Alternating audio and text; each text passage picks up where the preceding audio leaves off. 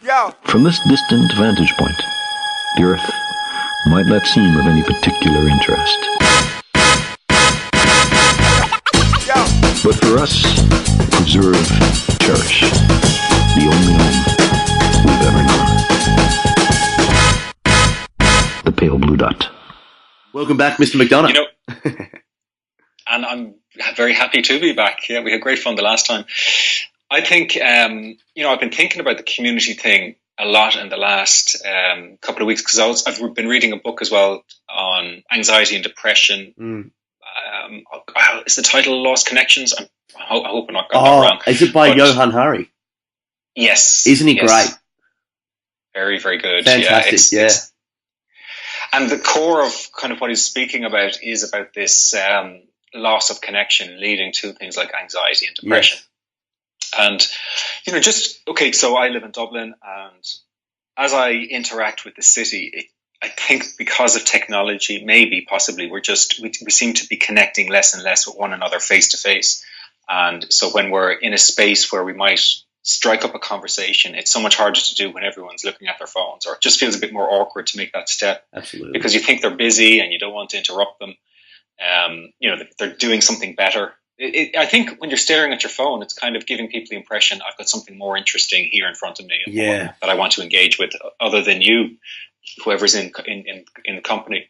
And so I think of things like, going to a yoga class, for example. You go to a yoga class, you do it.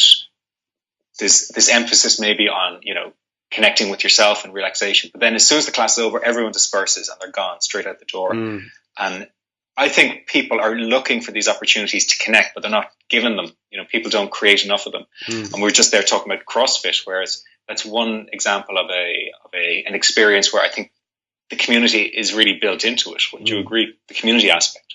Well, absolutely. And, you touched on some really good points. Johan Hari did a fantastic podcast with Joe Rogan. I'm not sure if you heard it, but it was great. No. And I'm really excited to explore some of this stuff with you, mate. But the thing about CrossFit, and you're exactly right, it is easier and easier every day as technology progresses and our social ideology progresses, that comfortable situations are the go-to, and we can with greater ease avoid uncomfortable situations because we now have things that we can do. Like if we're in an elevator, how many people get their phone out and just look down at it? Honestly, because subconsciously I feel, they don't even know they're doing it, but they just don't want to be stuck in that awkward silence. And it's bizarre to even exist in a world where we're all connected and we all descended, and evolved from a fungus 3 billion years ago. We're all connected, that we can't have a conversation in an elevator. But the thing about CrossFit is that, and, high intensity exercise, we're all doing the same workout. And when the coach says 3, 2, 1, go, you have a certain thing to do. You have a certain amount of reps to complete under a certain time cap. It's you against the clock. And this is talking about not necessarily the social interaction, but more so the uncomfortability. But exactly how well or shithouse you went when the clock runs down to zero. And the application to lifestyle, I guess, where this is significant, is the fact that if you're someone that comes in here and you naturally, I guess, cheat a few reps, or you don't go down, or you don't do what the coach is saying, or you just stop, or you make excuses for yourself, you're probably doing that in real life as well. And you're someone that's probably saying, oh, I'm so sorry, mate, I couldn't get to work on time, the tram was late, when really it was just that you slept in and you watched too many episodes of Game of Thrones last night. But that's interesting. So it's a reflection.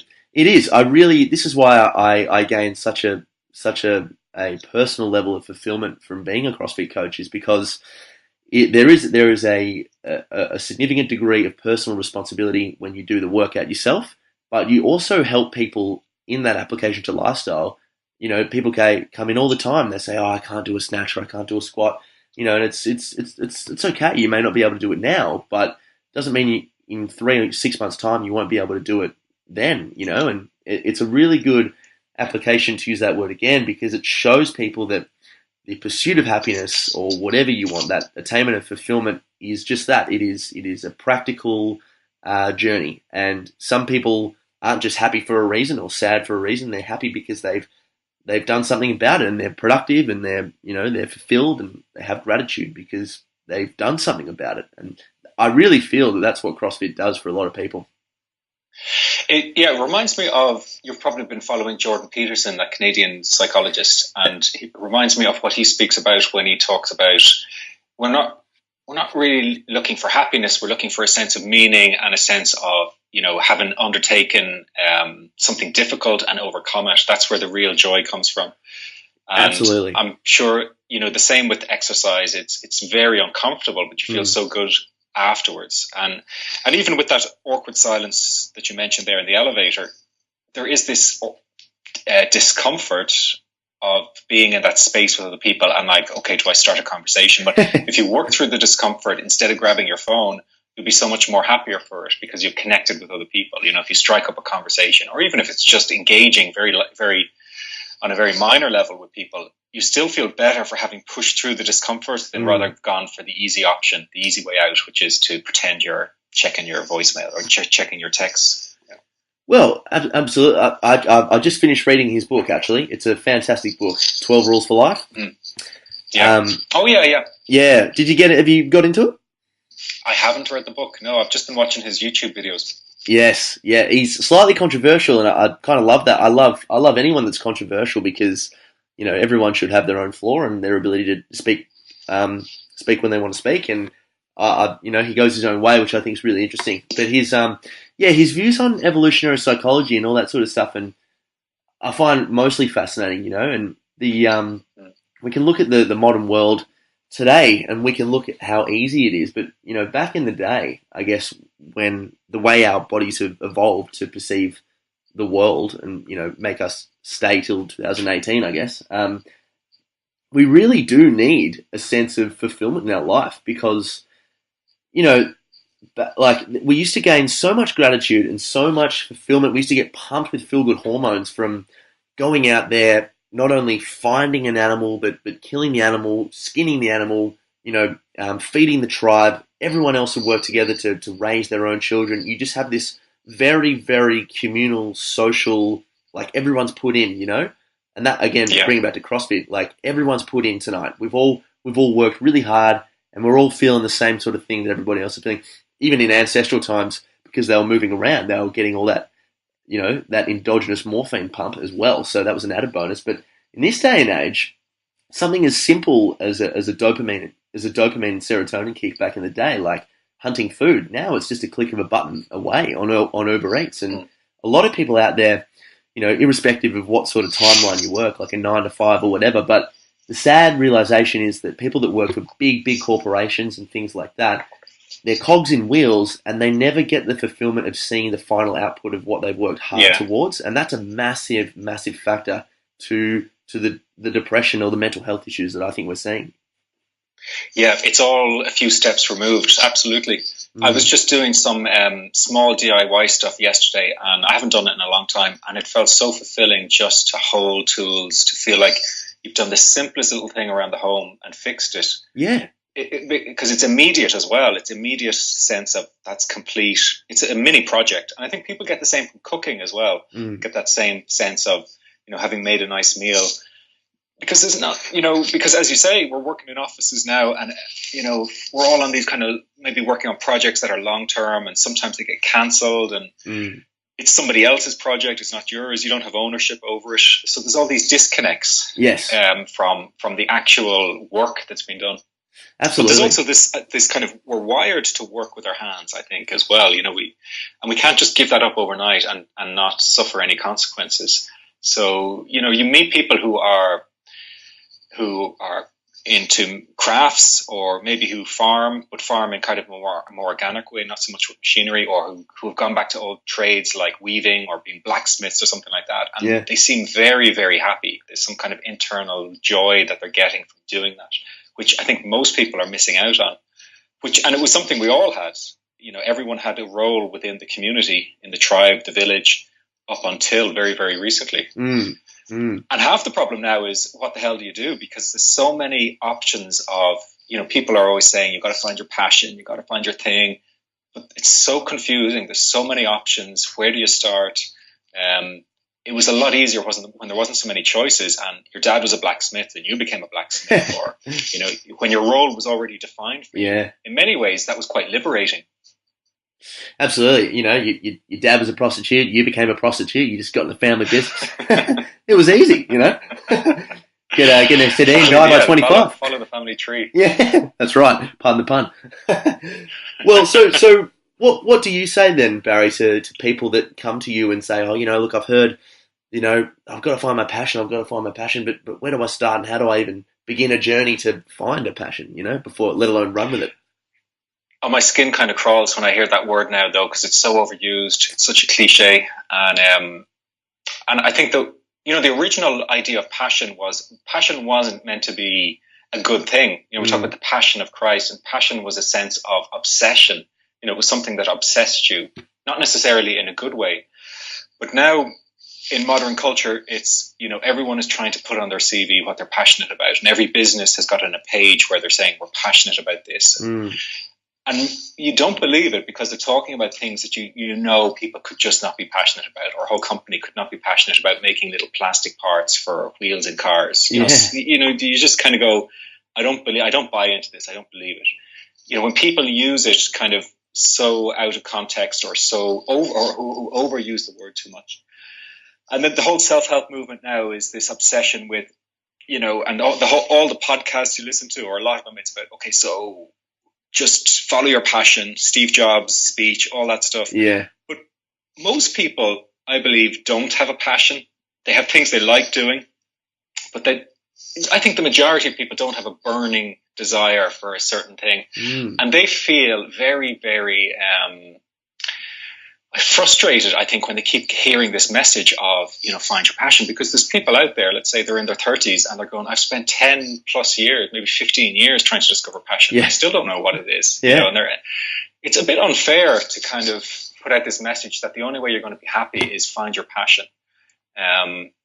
So I like, there's kind of alternative approaches to that, which are, instead of finding your passion, just get really good at what you do or what you kind of like doing, and just get better at that, rather than using this word passion and feeling that you've got to be all emotional and tense about it. But just, if you're good at your job, maybe knuckle down, get better at it, and you might start enjoying it more. And also, stop always thinking that there's a better option around the corner, this fear of missing out.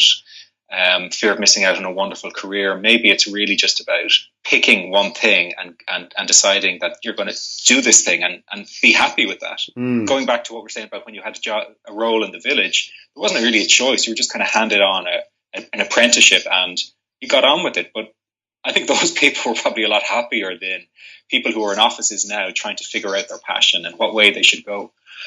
But, So what I do is I talk to people about what they like rather than what they're passionate about, and maybe kind of work from there. But do you get what I mean about the whole passion thing? Oh, absolutely. Yeah, I think it's a really interesting point, and I probably have like a slightly different take on it. I still, I'm just lucky to have, not to make your skin crawl too much, mate, but I'm lucky to have found things that I'm really passionate about, and I kind of had to come to a sense that the things I'm passionate about weren't necessarily financially beneficial for me initially. I loved having conversations like this. I love to really talk and learn about people because people know so much more than I do, and I'm just a curious, dumb little dude. But I just want to learn more. That's a thing of passion to me. CrossFit is, and playing guitar is for sure. But what I think, and I'd love to hear your thoughts on this, is there a reason why people only like things and they don't actually know what they're passionate about? And has that got anything to do with the role that modern distraction plays on people's lives, and that because people don't have enough time with themselves, they don't have the ability or the tools, I guess, to find what they're passionate about? Yeah, I'm not 100% sure. Okay, so I think maybe, let's say 20% of the population maybe have passions, things that they're really excited about, and they just, from a young age, they were into surfing or they were into, whatever. Yeah. But the other 80%, I think they all have things they know they like doing. I wonder, okay, maybe is it because they're afraid that they'll fail in some way, or they'll embarrass themselves if they follow something that they really feel they're passionate about. Maybe are they blocking themselves in some way from turning a like into a passion? That's a possibility. I don't know. Maybe, that kind of 80% of the population are blocked in some way, or maybe it's just the case that there isn't things that engage them as much as other people. I don't have an answer for that, but I just feel it's just a bit unfair to be telling the whole population, that everyone's got a passion, and if you haven't found yours, then you're kind of failed in some way, because you're on your deathbed thinking, God, I didn't have a passion like everyone else seemed to have one, and it can be a bit of regret around that. That book on where they study and they kind of ask them the questions, what did you regret most?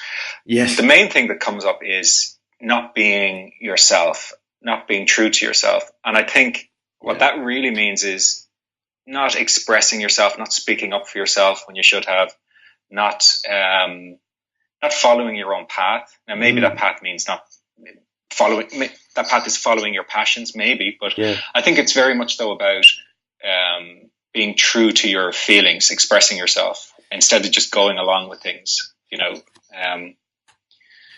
so, gosh, yeah. It is tough. I just think it's hard. It's really hard. And, it's something I struggle with. I personally struggle with this idea of passion, and because there's lots of things I like doing. There's lots of things I get a great buzz out of. Yeah. But, do I have that really core passion? I'm not sure. Well, I guess that's why I go back to, am I blocked as well in some way? Is it just things, am I afraid to engage fully in something to really discover a passion? I don't know. Really don't know. Yeah, that's a really, really good point you make. And I think what we have to stop doing potentially is look at a passion as though it's a one true love. Once you find your passion, then you're on. Now you're at Disneyland. I think passions change all the time. Like I imagine that maybe 5 years from now, like I don't know if I'll be into podcasting or playing guitar anymore, but they were my passions for a period of time. I guess maybe the word becomes slightly misconstrued with hobby. But because hobby is a word that's gone out of fashion. Hasn't it? It really has. Yeah, you got a hobby? You're a loser. yeah. Because hobbies seem kind of weak, isn't it? It's very weak. Yeah. Uninteresting. Something about hobby is kind of flat. Yeah. But the passion is the fiery thing, and we all want to be fired up with life. Yeah, it's funny. It's like you kind of do a hobby when you got nothing else to do. Yeah, and you think of stamp collecting when people say hobby. Yeah, that's exactly. Oh, Jesus! And you've got 49 cats in the back as well. Why is surfing? Why do people say surfing? They don't call it a hobby. Why not? For some people, I'm sure surfing is just something they enjoy doing. I don't know. Yeah, but I think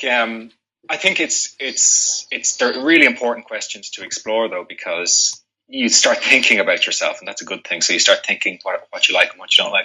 Because I've only discovered recently, I'm 42 now, I've only discovered recently what I like and don't like. It's just bizarre. Like I started doing a big list of things. I went, I like that type of wine. I like this type of food. I like this. But I had never done a list before. Yeah. And I think people around me knew me and my likes better than I did. So, for example, my wife might have known things I liked doing better than I did. Yeah. It's amazing how unaware you can be of your own life. And you just kind of go on autopilot, and, you're in a restaurant, you choose things, but you're not really clear in your own head. I'm choosing this because I really like, we work on autopilot so much. Absolutely. That is a really, really good point. Barry, I wanted to flip the conversation slightly, and because the Dare, everything's been going gangbusters with the Dare. I wanted to, and what your work is, I wanted to give you a bit of time to talk about what you guys have been up to. Yeah, sure. So Dare is the book I wrote, which then kind of developed into different programs as well for people who suffer from anxiety and panic attacks. And it's been just kind of really exploding on Amazon because of the reviews it's getting on Amazon, and then more and more people are buying it and finding out about it. So we launched an app there a couple of months ago, the Dare app, and it's got lots of free audios loaded into it, so people kind of take it with them wherever they go. And I think that's really empowering for people, so that they can use it when they're out driving. They can play it, or they can when they're in a situation where they start to feel highly anxious, they can start using the app. And so I think the app is kind of going to be very much the driver of the business going forward. And the other thing I'm exploring right now is CBD oil, cannabis oil, because I started suffering from migraines about 4 months ago, and was on different medications from the doctors and just not getting a result. It just wasn't really having any impact. The paracetamol, the painkillers were kind of working a bit, but the actual prescriptions I was getting from the doctors weren't working. So somebody recommended I try CBD oil, and the one I started using was Charlotte's Web, and Everyday Advanced. And it, I would say reduced the headaches, migraines by about 80%. Wow. It was really, really like, wow, that's a huge overnight kind of transformation. Yeah. And now when I stopped taking them, the headaches will still come back. So there's an underlying problem there I'm trying to get to the bottom of. But in terms of, managing that pain, it's been really effective. And then I started researching CBD oil and discovering that it has this anxiolytic effect, meaning it calms you down. And I noticed that as well when I was taking it. I was kind of more grounded, more centered. And there's lots of anecdotal evidence. If you go onto YouTube, you'll just see hundreds of videos of people talking about CBD oil for anxiety. And so I'm putting together a small research group of people of the DARE community, and we're going to start experimenting and seeing if it's effective for people, starting off with microdosing, so very small amounts, and build up from there to the point where you start to feel an effect, and then let's see, does it really help reduce general anxiety? Because if it does, it's this natural solution which doesn't have side effects like other medications. And I think for people who suffer from general anxiety or panic attacks, I think it could be really helpful to just take the edge off that anxiety and bring down the sensitization that people feel. And it will also allow people then to go out and practice and use DARE as a tool, so they can go out and face those situations that they're afraid of with more confidence, because they're not as highly strung or as highly sensitized. That's really fascinating, because I've just I'm just about to begin my process of microdosing with mushrooms and experimenting with psychedelic mushrooms. And the reason is because I'm not sure if the data is similar to the effects with cannabis, but I had a massive experience with mushrooms, and it was the best thing that ever happened to me, because it was a complete and utter ego. Tell me about that. I'm interested. Yeah, well, it was on Schoolies. I actually did put a whole chapter of my book dedicated to this completely, because it genuinely was the most significant 8 hours of my life. It was very, very important. And it was, I had a lot of mushrooms with a friend of mine on Schoolies. It was the wrong set and setting. I went to hell and back, experienced very, very overwhelming sensations and hallucinations. And it opened up this massive can of worms with underlying anxiety and OCD and this stuff that had been with me for quite a while. And this is obviously when I actually found your book and listened to it on audio back to front about 8 times in a row on a Sunday. It was good. Helped me a lot. But it was a great experience. And what it really showed me, and what I genuinely believe, whether this is spiritually undertoned or not, is that it just brought to light all these areas of my life that I was fucking up, really. And I was doing these things wrong. And, it was a fantastic experience, because then obviously all the mental health issues came, but 3 years later, I'm the happiest person in the world. And it really was an eye opener. And that's what I'm interested in now is, it got me right into meditation and diary writing and being open with my communication when talking to people and all these things, and trying to build on to things that give me fulfillment. But this is why I want to get stuck back into exploring mushrooms again, is because there's been a lot of evidence to suggest, and there's this really great guy called Paul Stamets out there who's you know Paul Stamets? Yeah, I saw the Joe Rogan podcast. Oh, yes. Podcast. Yeah. Yes. Pretty much anything I sort of list is pretty much Joe Rogan. So, yeah, I'm not that smart at all, mate. Joe Rogan's great. He's great, isn't he? It's just a fantastic podcast. Yeah, if you ever want to learn, to anyone listening out there, if you ever want to learn something that'll blow your mind, just look up Joe Rogan. He's got a guest there for you. Yeah. But yeah, he's what doing. You were saying, yeah. Look, he's doing all this work, and there's a lot of evidence to suggest that these psychedelics and DMT and the psilocybin, the ingredient in these psychedelics, offers these personal explorations, a very, very important introspection that, again, alluding to what we were speaking about before, I think we disregard in this day and age of distraction. And you're not nervous about taking mushrooms again after having had such an intense experience the first time? Look, I was. I had a massive. I had panic attack after panic attack after panic attack. But what I've learnt about the emotion of anxiety, this beautifully evolved emotion, and everything I've learnt, and I see the spectrum of anxiety as it resonates in my life,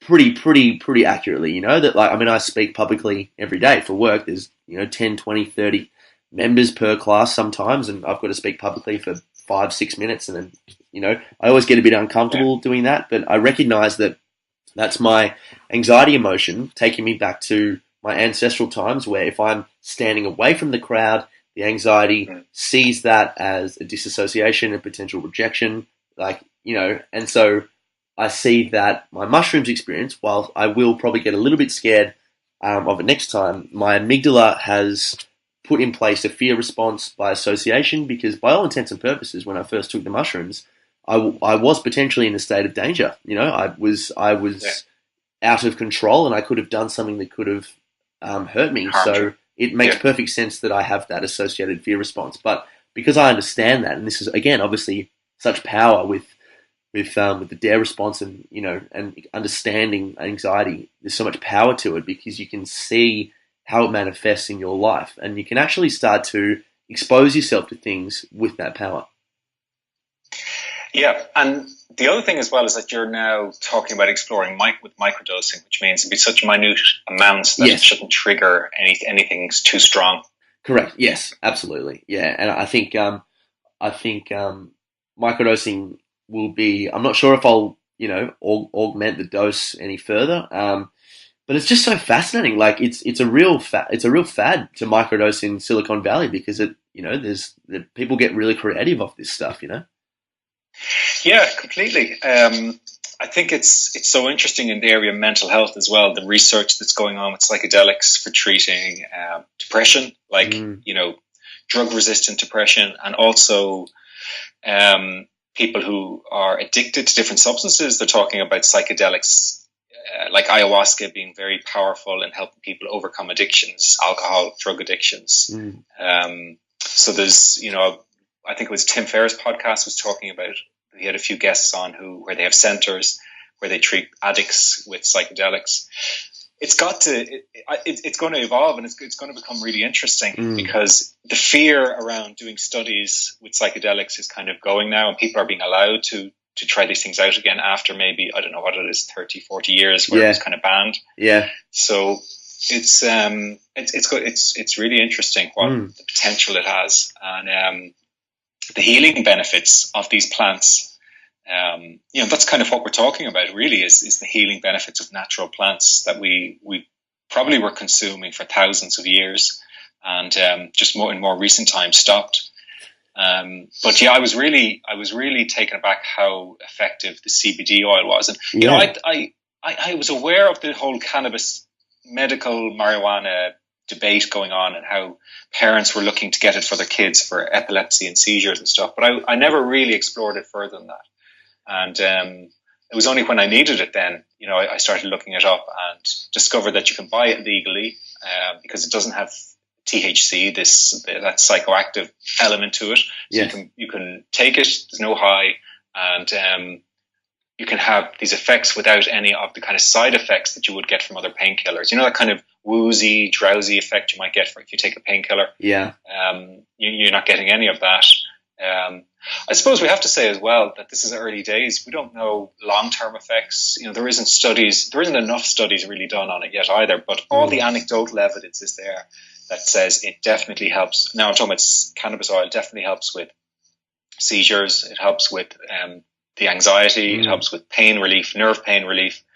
and different kind of autoimmune diseases, helping to bring down inflammation. So it's great. I think, I'd love to see every university doing their own little psychedelic trial. And, we get to we get good evidence then to find out where these drugs are, or where these plants are effective. The Dare University, mate. yeah, exactly. I think that's what's happening. Job. Yeah, that's right. Exactly. Hey, happily so. Yeah, Barry. One thing that I was really interested to go into that I don't think we really touched on last time was your story and how you came to actually find the exposure methods of the Dare response. But yeah, I was really interested in your personal story and what it looked like. Yeah, so I would say I never suffered from anxiety up until my first panic attack. But then when I do think about it, when I was maybe 8, 9, 10 years of age, there was indication of anxiety. Like I remember worrying at times my parents wouldn't come home if they went out, and babysitter, and being very worried that my parents wouldn't come home. Yeah. Kind of unusually so, stuff like that. And when I was kind of like 10 years of age, I wasn't comfortable sleeping and doing sleepovers in friends' houses. So there was something underlying there. But then it was when I was I was 18 and I just finished this exam here in Ireland. It's the leaving cert. It's your big exam after to finish school, just going into college. And we were out drinking, partying, and the next day I just got hit with a huge panic attack, primarily from the I was so sensitized. I was so hungover. I was actually in church at the time, and I was sitting there. My heart started pounding. I started feeling dizzy, and I had no idea what it was. And it was, I mean, if you've ever been like really sick and you think you're on death's door, that's kind of like when a panic attack first hits, and you get so scared by the sensations, and you're just convincing yourself that something horrible, something terrible is about to happen.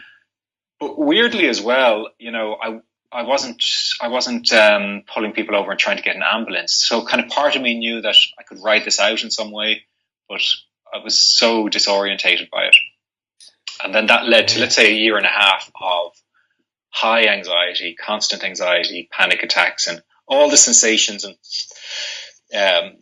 the unusual sensations as well that come with anxiety, things like depersonalization and all of the things that may, intrusive thoughts, things that often aren't talked about as much. And then I just, I hit rock bottom and realized I'm losing some of the best years.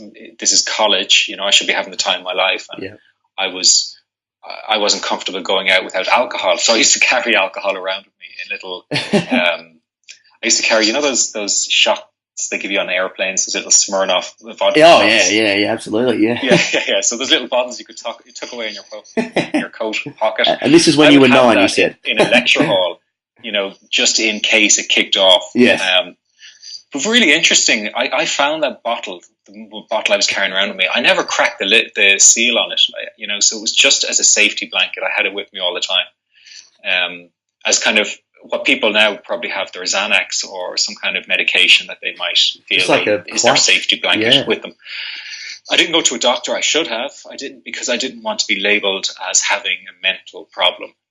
I didn't want that stigma, and I didn't like the idea of being put on medications, because it just felt like, there would be no way out then. It'd be, I'd be on this for life, and that'd be my new life. So, and remember then, this is, 20 something years ago. So it's like, 20 plus years ago, there wasn't access to information on the internet as there is now. You just couldn't find out about this stuff as easily. You go to the library, and the books were all these terrible, text-heavy, jargon-heavy psychological books that just made you feel even worse, because it just felt like, okay, now I've really got a serious disorder as such, and there was nothing that was speaking to me. So it was one evening, actually, I felt a panic attack coming on. I said, you better kill me, you anxiety better kill me, rather than keep threatening me. And that was the moment when things started to change. There was a shift, because I immediately felt a reduction in the anxiety when I had that approach. When I said, basically, bring it on. Make it worse, kill me in effect, because I can't keep living this way. So when that shift happened, it was like a change of gears.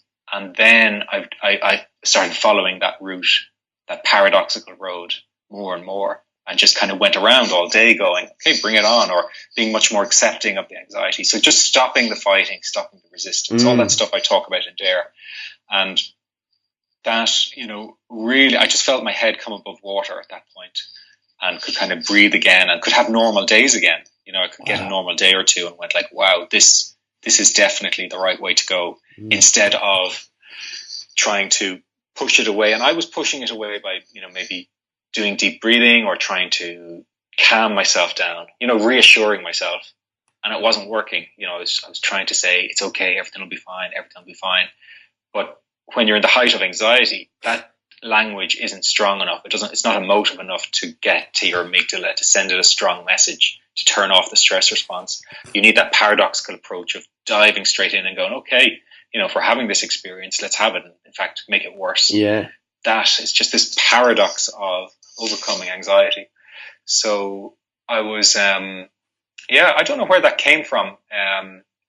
Because people often, have said to me since, they said, oh yeah, it reminds me of Dr. Viktor Frankl, it reminds me of Dr. Claire Weekes, her books, which were of course long out there at that stage, where she talks about similar approach, right. Of kind of accepting. She talked about accepting and flowing with the anxiety.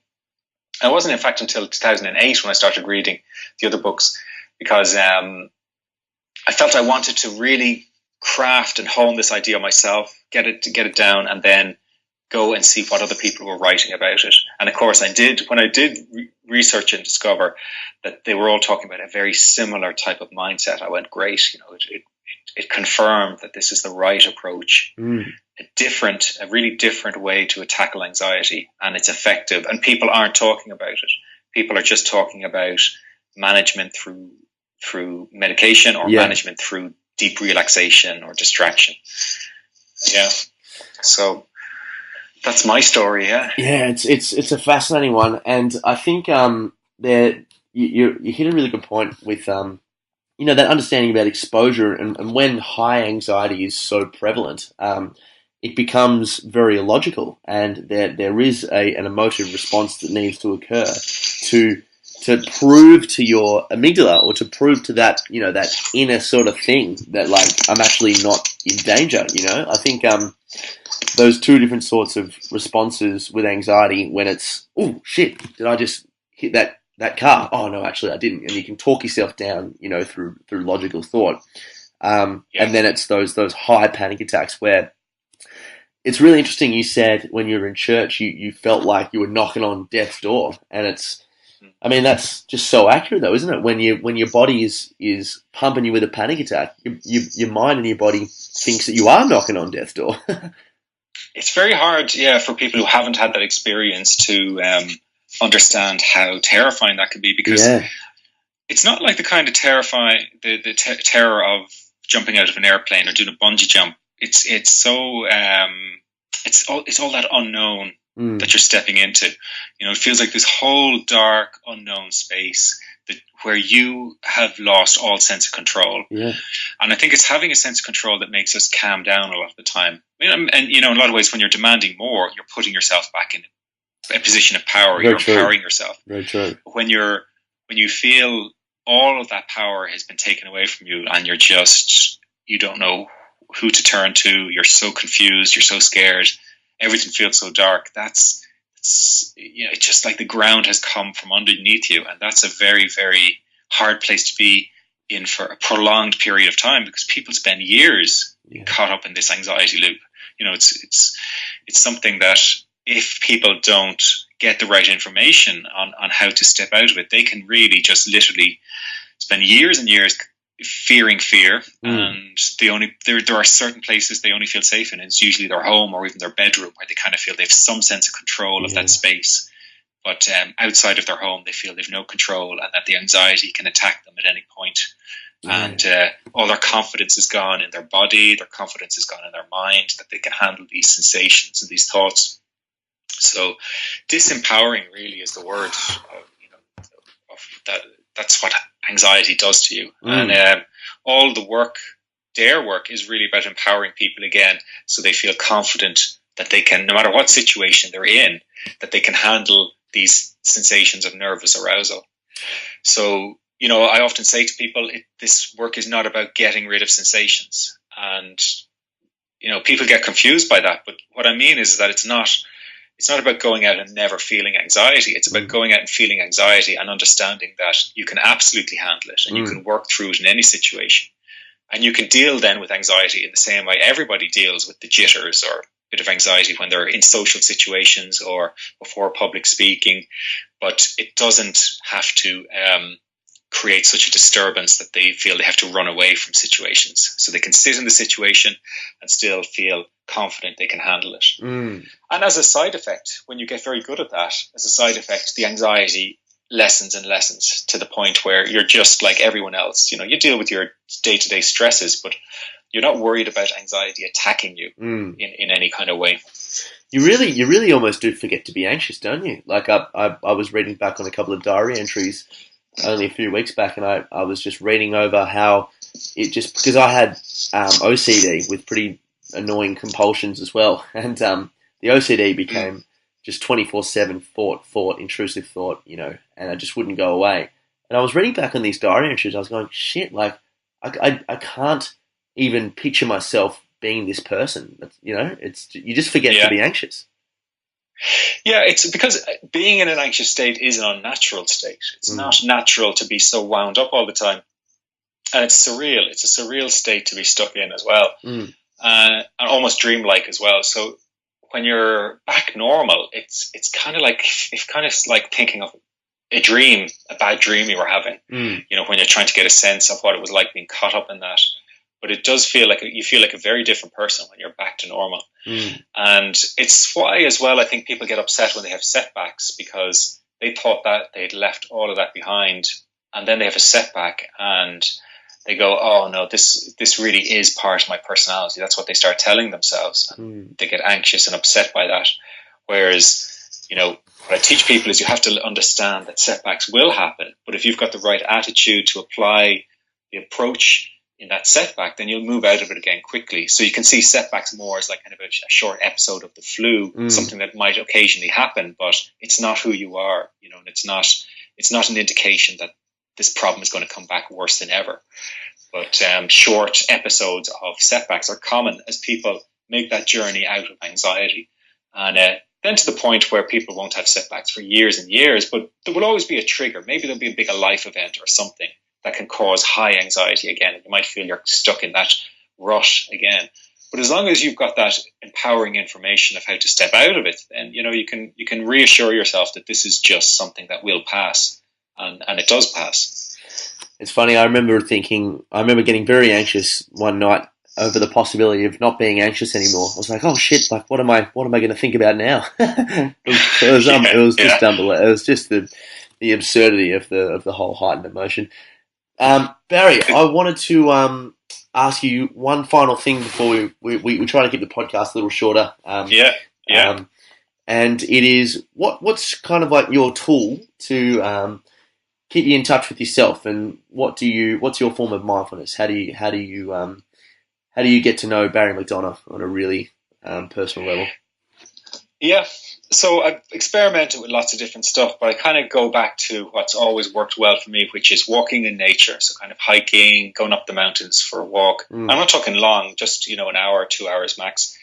And the other thing is swimming for me really just connects, because something about being immersed in water and it just kind of puts you in touch with a different part of yourself. And that for me, those environments, so I kind of need that environmental stimulation to really feel connected again. And I do try and do meditation and mindfulness. It's just I come in and out of it, so I can get it going for a while, and then I fall out of the habit again. Yeah. I know how beneficial it is.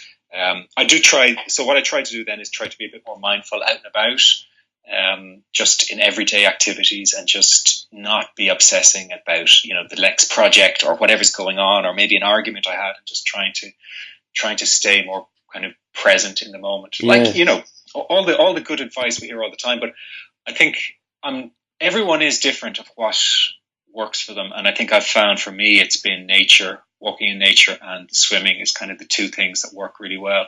Oh, and sea swimming, like incredibly powerful. Just to be in the sea is really effective for me. Those are my things. But it's like, you know, a lot of that is going to that list I mentioned, understanding what works. You know, I think you have to write these things down because you even forget, you know, what works well for you. You need to have that jotted down somewhere so when you're in a rut that you have this kind of resource you can go to and go, okay, well, I know that if I just get out and do this thing that I will feel better, so I should do it. And that might be connecting with people socially as well. You know, you can find you get yourself very isolated very easily, particularly the work I do. It's all online. You know, there's this danger oftentimes that I can be too much in a virtual world and not enough just connecting with people and out about.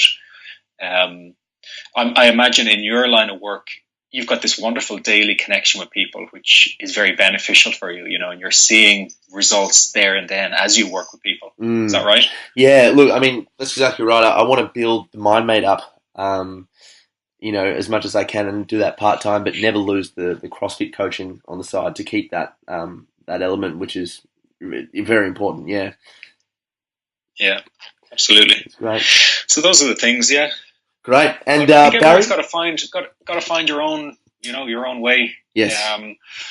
I know the mindfulness thing is huge right now, and it's great, but I don't think it works. Not that it doesn't work. I don't think most people stick with it. So if it's not working for you, like if you just can't find yourself putting in the effort to do the mindfulness work or the meditation, then find something that does get you more connected with yourself. Absolutely. Through trial and error. You know, try lots of different things. I mean, I do so many different classes. I try all these new, weird, and wonderful classes all the time, just to see if there's a click. And I go, yeah, I really enjoy that.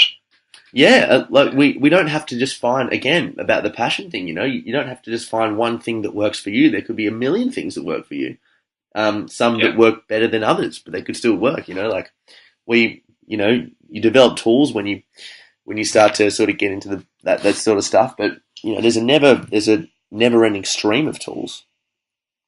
And the other thing is, you know, so turning 40 is kind of a weird thing, and I always encourage people who are in my age group to keep experimenting with new things. Like, don't fall into the trap of thinking that, oh no, because you're past a certain age, you should already know what you're into and just kind of stick with it. I mean, you've got to keep trying new things because you'd be amazed how something you never thought of, you know, really resonates with you. Yeah. And, you know, you're never too old to take up a new hobby or take up a new interest.